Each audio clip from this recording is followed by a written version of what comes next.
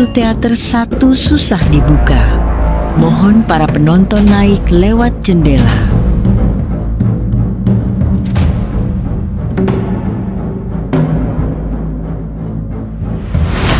Cerita dibuka dengan Misun yang baru saja mengambil alih sebuah toko bunga kecil. Saat ia sedang melayani pelanggan, Do Kyung datang menghampirinya. Bukannya memberi dukungan, Do Kyung justru melontarkan sindiran tentang kerja keras Misun setiap malam yang menurutnya tak sebanding dengan keuntungan dari toko tersebut. Ucapan Do Kyung itu mengarah pada pekerjaan Misun yang sebenarnya. Di balik usahanya mengelola toko bunga, Misun dikenal sebagai sosok yang cukup populer di sebuah tempat hiburan malam. Ia bekerja sebagai hostess, yaitu perempuan yang bertugas menemani tamu berbincang dan minum bersama selama mereka berada di sana. Di tempat tersebut, para talent dibedakan berdasarkan warna gelang yang mereka kenakan. Gelang merah menandakan bahwa mereka dapat menerima permintaan untuk melanjutkan ke tahap berikutnya sesuai kesepakatan. Sementara itu, talent dengan gelang biru seperti Misun hanya bertugas menemani tamu untuk berbincang dan minum di tempat. Manajemen juga menetapkan aturan yang cukup ketat, tidak ada layanan di luar ketentuan, tidak melayani pihak media, dan setiap permintaan harus memenuhi standar yang telah ditetapkan. Jika tidak, maka akan langsung ditolak. Berbeda dengan Misun, Do Kyung mencari penghasilan dengan bekerja serabutan sebagai sopir lepas di jalanan. Ia menerima berbagai pekerjaan selama tidak melanggar hukum. Suatu waktu, salah satu manajer di tempat Misun bekerja mencoba mendekatinya dan menawarkan sebuah tugas yang jelas mengarah pada tindakan ilegal. Tanpa banyak pertimbangan, Do Kyung langsung menolak tawaran tersebut.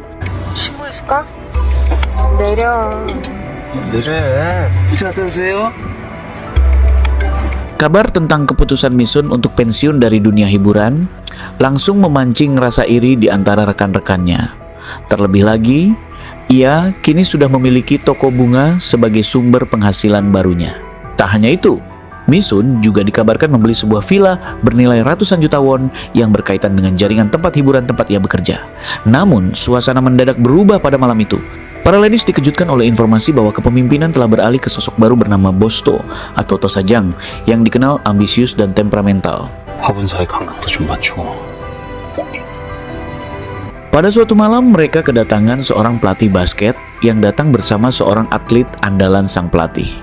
Kedatangan mereka untuk bertemu Tosa dan membahas sebuah kerjasama tersembunyi. Sang pelatih menawarkan pengaturan skor pertandingan agar Tosa dapat memperoleh keuntungan dari hasil yang dimanipulasi. Sebelum mereka pergi, Misun menegaskan bahwa seorang atlet andalan itu juga harus siap menanggung risiko dari kecurangan tersebut, karena konsekuensinya tidak hanya akan berdampak pada pelatihnya saja. Kabar mengenai pengaturan skor pertandingan akhirnya terdengar oleh beberapa orang di lingkungan tempat hiburan. Salah satu dari mereka sempat ingin ikut terlibat karena tergiur keuntungan, tetapi rasa takut terhadap Misun membuatnya membatalkan niatnya. Tak lama kemudian, tempat hiburan itu diguncang oleh berita mengejutkan. Pemilik lama, yang juga mengatur bisnis properti, meninggal secara mendadak. Kematian tersebut mengungkap praktik penipuan yang telah dilakukannya, sehingga dana yang telah Misun gunakan untuk membeli villa pun hilang begitu saja.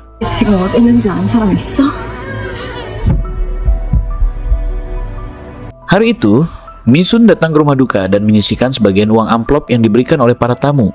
Meski sebagian telah diambil, tabungan pribadinya masih tersisa sekitar 100 juta won. Ya, memastikan bahwa sisa uang itu harus cukup untuk menopang kehidupan mereka ke depan. Keesokan harinya, Do Kyung mengambil resiko besar dengan mempertaruhkan seluruh tabungan itu pada sebuah pertandingan basket. Untungnya, ia sudah mengetahui hasil pertandingan sebelumnya berkat informasi yang didapat dari salah satu penumpangnya malam sebelumnya. Mereka berhasil menebak hasil pertandingan dengan tepat, tetapi nasib kurang beruntung menimpa Misun dan Do Kyung.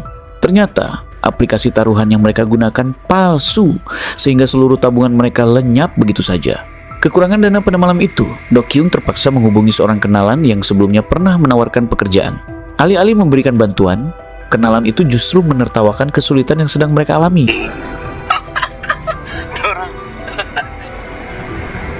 Di sisi lain, Misun terpaksa menunda rencana pensiunnya karena manajer tempat hiburan memintanya untuk melayani seorang pelanggan. Ia tak bisa menolak ketika pelanggan tersebut menandainya dengan gelang berwarna merah. Di ruangan lain, istri Tosa, Ha Kyung, sedang bersama seorang pria yang merupakan talent di tempat hiburan itu, bernama Sung Won.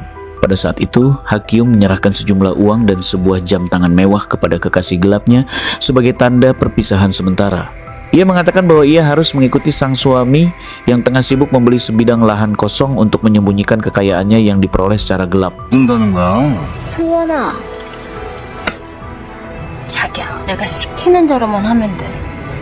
Sungwon yang mengetahui lokasi uang itu memutuskan menceritakannya pada manajer tempat hiburan, berharap ada kesempatan untuk memanfaatkan informasi tersebut. Tanpa disadari, percakapan itu didengar oleh Do Kyung yang malam itu datang untuk menindaklanjuti tawaran pekerjaan sebelumnya. Ternyata, pekerjaan itu berhubungan dengan mengantar barang terlarang. Saat menjalankan tugasnya, Do Kyung bertemu dengan Sungwon yang tengah mengantar Hakyung pulang. Dalam kondisi mabuk, Sungwon tanpa sengaja menyinggung lokasi uang tersebut. Dari informasi itu, akhirnya terungkap bahwa uang senilai 700 juta won disembunyikan di suatu tempat di provinsi Gyeonggi. Di saat itu, pelanggannya memaksa Misun mengikuti ronde berikutnya hingga dibawa ke sebuah hotel. Untunglah, Do Kyung muncul tepat waktu untuk menolongnya. Setelah Misun kembali tenang, Do Kyung memberitahu tentang lokasi uang Tosa. Jenuh dengan hidup yang penuh kesulitan, mereka mulai menyusun rencana untuk mengambil uang itu secara diam-diam. 같이 하자.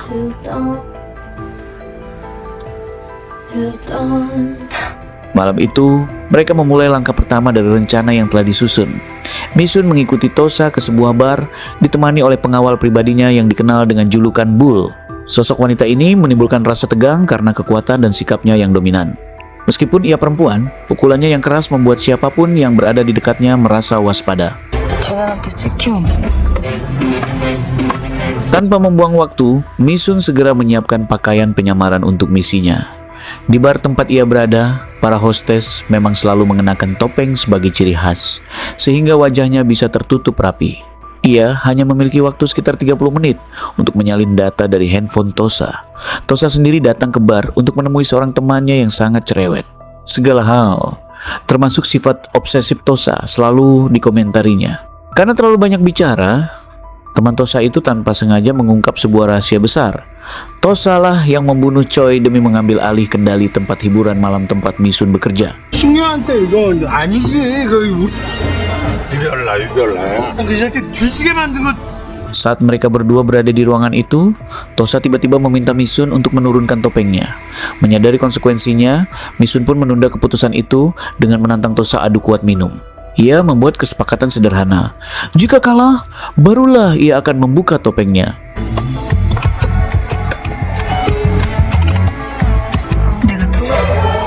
Di luar ruangan, Do Kyung mulai cemas karena waktu setengah jam hampir habis. Menyadari ada yang tidak beres, ia harus bertindak cepat, sementara Misun mulai kelelahan dalam adu minum melawan Tosa.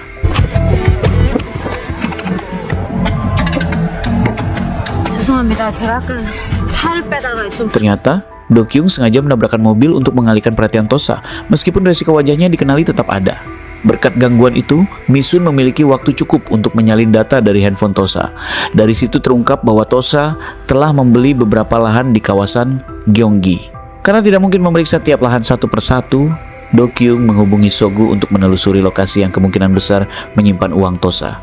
Sogu setuju membantu dengan syarat mendapat bagian dari uang itu. Berbekal informasi dari Sogu, akhirnya Misun berhasil menemukan tempat uang tersebut disembunyikan.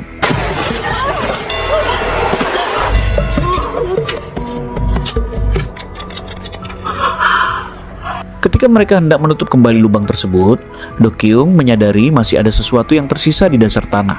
Mereka pun terkejut saat mengetahui bahwa selain uang 700 juta won, Tosa juga menyembunyikan setumpuk batangan emas. Senyum kemenangan tersungging di wajah mereka. Namun, tepat saat itu, mereka berpapasan dengan Sokgu yang datang dari arah berlawanan.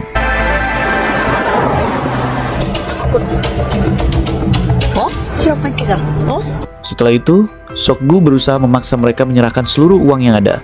Namun Misun berhasil keluar dengan membawa sebagian uang tersebut secara diam-diam dan hati-hati. Tindakan itu memang disengaja agar emas yang disimpan di mobil tetap aman. Karena Misun menduga Sokgu sudah mengetahui keberadaan emas yang tersembunyi di tanah Tosa sejak lama.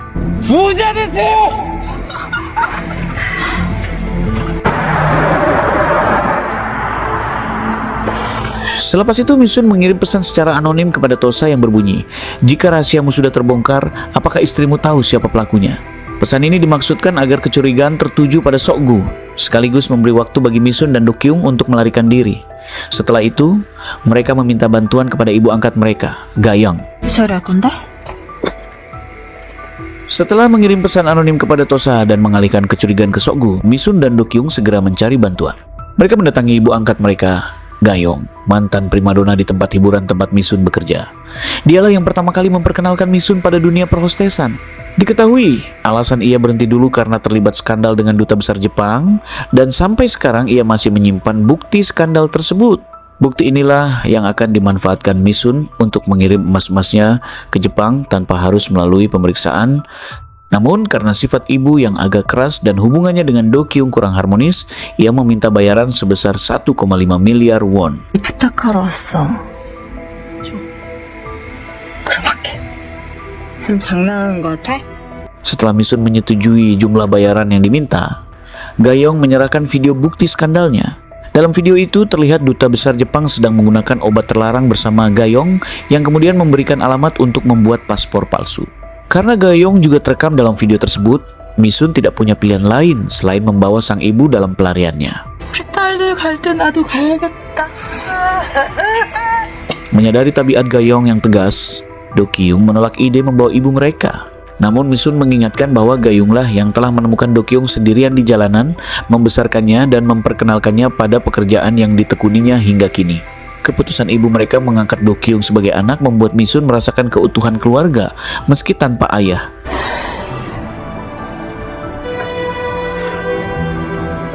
Akibat pesan anonim yang dikirim Misun kepada Tosa, Hakyung, istrinya, justru menjadi sasaran amarah Tosa karena ia memerintahkan Sokgu untuk menghajarnya. Sementara itu, Misun meminta Dokyung menyiapkan paspor palsu, sedangkan dirinya sendiri berencana menemui duta besar Jepang agar bisa memanfaatkannya sebagai jalan kabur ke Jepang. Di tengah semua itu, Gayong tampak pura-pura tidur, seakan menyimpan strategi tersendiri yang belum diketahui kedua anaknya. Beberapa saat kemudian, Misun menemui duta besar di tokonya. Dengan sengaja, ia mengunggah video tersebut ke akun Instagram yang telah diprivatnya sebagai cara untuk mengancam duta besar agar mematuhi permintaannya. 비공개 계정이에요. Di sisi lain, Dokyung bertemu dengan pembuat paspor palsu sambil menimbang-nimbang apakah ia sebaiknya membuatkan paspor untuk Gayong.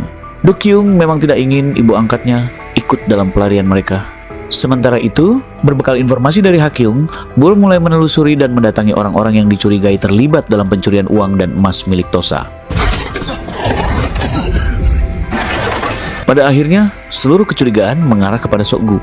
Saat itu, ia bahkan sudah berniat melarikan diri sambil membawa uang tersebut seorang diri. Namun Sokgu sama sekali tidak menyadari betapa berbahayanya sosok yang kini berdiri di depan rumahnya. Tanpa banyak bicara, ia langsung diseret dan dibawa menghadap Tosa. Di hadapan Tosa, Bull menerima perintah kejam untuk menyiksa Sokgu. Satu persatu urat di tubuhnya disayat tanpa ampun. Dalam keadaan terdesak, Sokgu mengaku bahwa Misun dan Dokyung adalah pihak yang mencuri uang itu. Ia bahkan menawarkan diri untuk membantu menemukan keberadaan mereka. Namun pengakuan tersebut tidak menyelamatkannya. Pada akhirnya, urat kakinya tetap diputus sebagai bentuk hukuman yang tak terelakkan.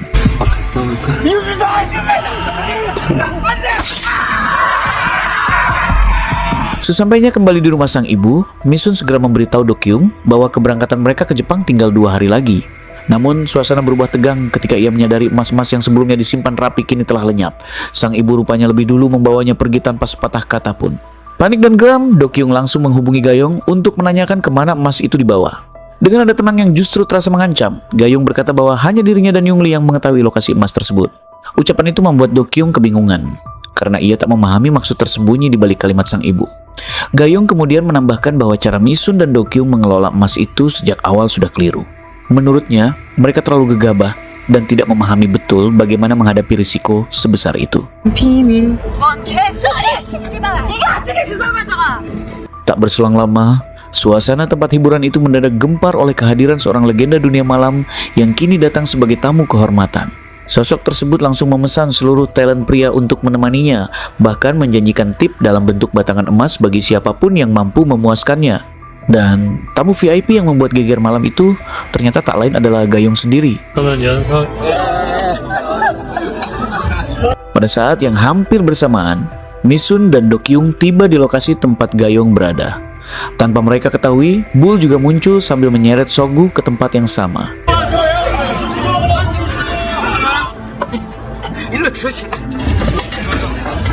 Tak berselang lama, Bull sudah berdiri tepat di depan Gayong.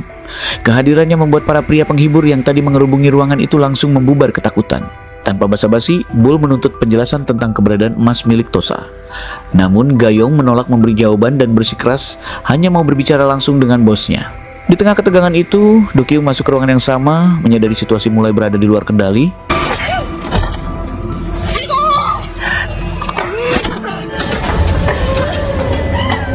Di tengah upaya melarikan diri, suasana justru memanas ketika Gayong tiba-tiba menampar Do Kyung.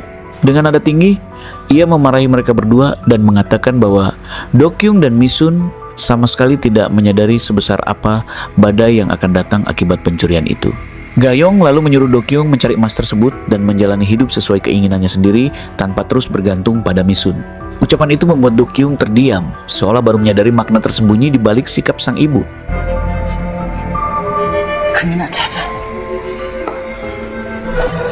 Ketika Do Kyung berbalik hendak meninggalkan tempat itu, Soggu tiba-tiba memergokinya.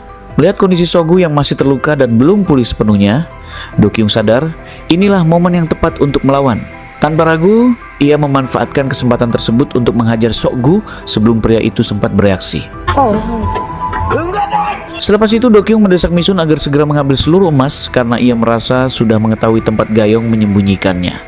Namun Misun tetap bersikeras ingin membawa sang ibu ikut bersama mereka. Do Kyung menimpali dengan nada dingin, mengaku sudah tak lagi peduli pada Gayong. Ketika melihat Gayong diseret paksa oleh Bull tepat di depan mata, Misun tak sanggup tinggal diam. Tanpa banyak bicara, ia diam-diam mengikuti mereka dari kejauhan. Gayong pun dibawa ke hadapan Tosa di sebuah lokasi terpencil. Tanpa belas kasihan, ia diturunkan ke dalam lubang galian yang dipenuhi cairan hitam pekat menyerupai aspal hisap yang perlahan namun pasti mengeras dan mengunci tubuhnya. Dalam kondisi terdesak, Gayong mengatakan bahwa emas-emas itu disimpan di loker stasiun nomor 12. Namun ia menegaskan, hanya dirinya yang mengetahui kode untuk membukanya. Saat Tosa melangkah mendekat untuk memastikan kebenaran ucapannya, Gayong tiba-tiba berusaha menarik pria itu agar ikut terjatuh bersamanya ke dalam cairan mematikan tersebut. Namun Bull sigap menghadang dan melindungi bosnya, sehingga rencana terakhir Gayong untuk menyeret Tosa ke ambang maut pun gagal.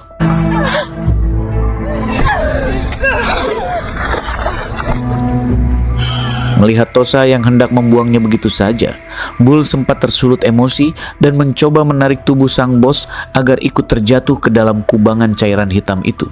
Namun usahanya gagal dan keadaan kembali dikuasai Tosa. Tak jauh dari sana, Misun hanya mampu menyaksikan Gayong perlahan tenggelam tanpa sanggup menolong. Di detik itulah Misun tersadar. Semua tindakan sang ibu bukanlah kepanikan semata. Gayong sengaja memancing perhatian dan amarah Tosa agar pengejaran terhadap Misun dan Do Kyung terhenti sampai di sana.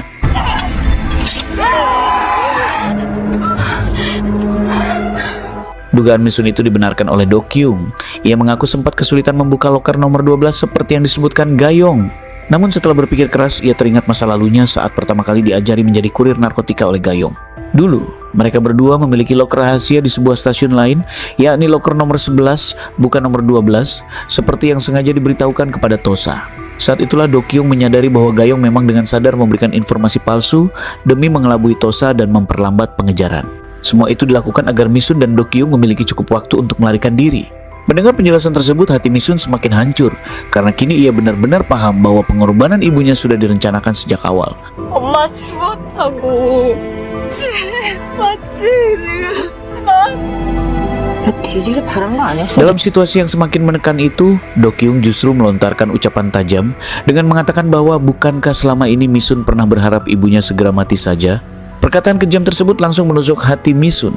Tak mampu menahan amarah dan rasa sakitnya, Misun pun mengusir Do Kyung, lalu menyuruhnya membawa saja seluruh emas miliknya saat itu juga dan pergi secepatnya.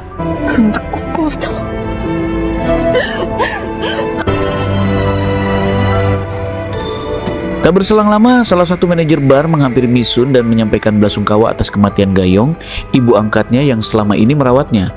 Suasana duka itu kemudian disusul dengan kedatangan Do Kyung yang meminta maaf atas semua ucapannya.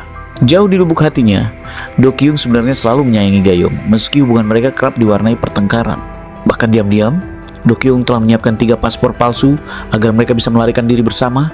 Namun saat melihat foto sang ibu angkat terpampang di paspor tersebut, Mi-sun tanpa ragu membakar semuanya. Ia bersumpah tak akan kabur sebelum membalaskan kematian ibunya. 내 새끼들 쫓아내기 전까지.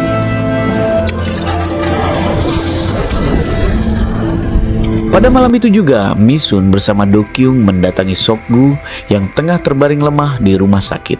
Dengan tatapan penuh tekad, Mi-sun menawarkan beberapa batang emas sebagai imbalan asalkan Sok-gu bersedia membocorkan informasi apapun tentang Tosa agar ia bisa membalaskan kematian ibu angkatnya. Ia juga berjanji akan memberi pelajaran setimpal kepada orang yang telah membuat hidup Sok-gu hancur berantakan seperti sekarang. 돈 재산을 걸었대. 며칠 후에 빅게임이 있을 거야. Dari informasi itulah akhirnya terungkap bahwa Tosa akan mempertaruhkan seluruh kekayaannya dalam sebuah pertandingan basket. Ia telah bersepakat dengan pelatih basket yang muncul di awal film untuk melakukan kecurangan lewat pengaturan skor demi memastikan kemenangan. Selepas itu, Mi-sun dan Do Kyung menemui rekan-rekan sesama hostes dan membeberkan bahwa kematian bos mereka sebelumnya didalangi oleh Tosa. Fakta tersebut mengejutkan para wanita itu, terlebih karena mereka juga terjerat dalam bisnis jual beli properti yang sama seperti Mi-sun. Akibatnya, mereka kehilangan seluruh tabungan dan kekayaan mereka. Situasi inilah yang dimanfaatkan Tosa untuk mengikat para hostes agar terus bekerja di bawah kendalinya karena ia tahu mereka sudah tak punya apa-apa lagi untuk bertahan hidup. 우리 엄마도 죽였어. 그 배후에 있는 새끼가 토 사장이란다. 부탁 하나만 들어주라. Tak ingin tinggal diam atas semua yang terjadi, maka untuk membalas dendam, mereka mulai menyebarkan kabar tentang pengaturan skor dalam pertandingan basket yang diikuti Tosa kepada para rekan bisnisnya yang menjadi tamu di klub malam tempat mereka bekerja. Isu itu perlahan mengguncang kepercayaan dan membuat situasi semakin memanas. Di sisi lain, Mi-sun mendatangi sang atlet dan mengatakan bahwa jika ia terus menuruti keinginan pelatihnya, maka potensinya sebagai pemain akan hilang sia-sia. Ucapan itu akhirnya membuka pikirannya. Ketika pertandingan dimulai, untuk pertama kalinya, ia berani menentang instruksi pelatihnya dan menolak sengaja mengalah dalam laga tersebut.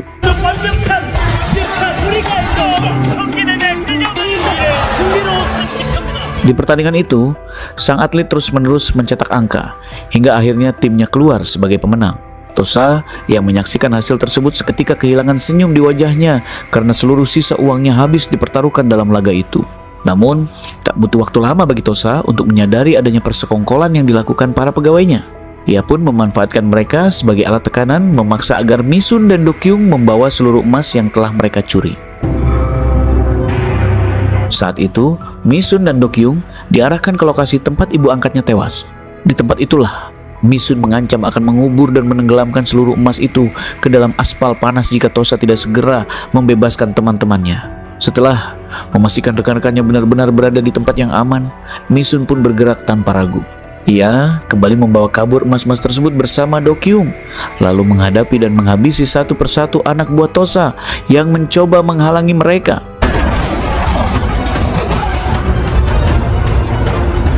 Namun ketika semua anak buah Tosa berhasil mereka lumpuhkan, situasi tiba-tiba berbalik.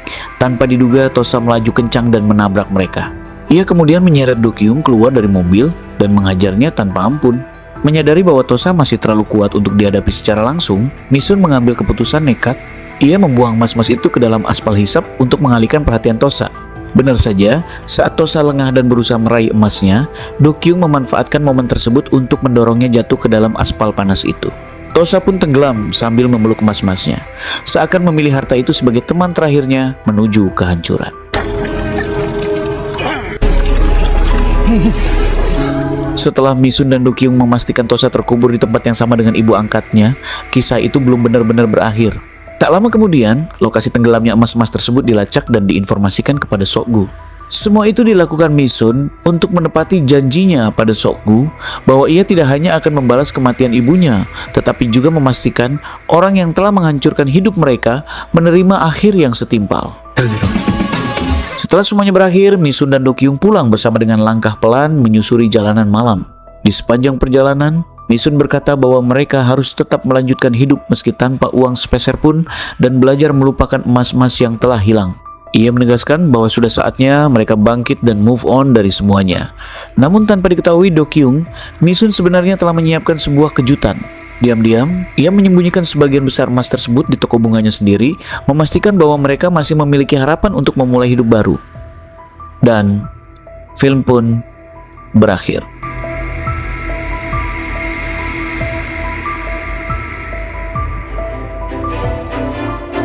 Demikianlah rangkaian alur cerita film Project Ya 2025, sebuah film kriminal penuh ketegangan yang mengangkat kisah persahabatan, pengkhianatan, serta perjuangan bertahan hidup di tengah dunia gelap yang keras dan penuh resiko. Cerita ini menampilkan keberanian, tekad, dan ikatan emosional yang kuat saat dua wanita mencoba keluar dari situasi yang menghancurkan hidup mereka. Semoga rangkuman dari Kembang Sarjana film ini bisa menambah wawasan sekaligus menemani waktu santai kalian. Kami menyadari bahwa penyampaian alur cerita ini mungkin masih memiliki kekurangan, baik dari segi detail adegan maupun cara penuturan. Oleh karena itu, kritik dan saran sangat kami harapkan demi perbaikan ke depannya. Terima kasih telah menonton dan terus mendukung Kembang Sarjana Film. Sampai jumpa di pembahasan film menarik berikutnya. Bye-bye.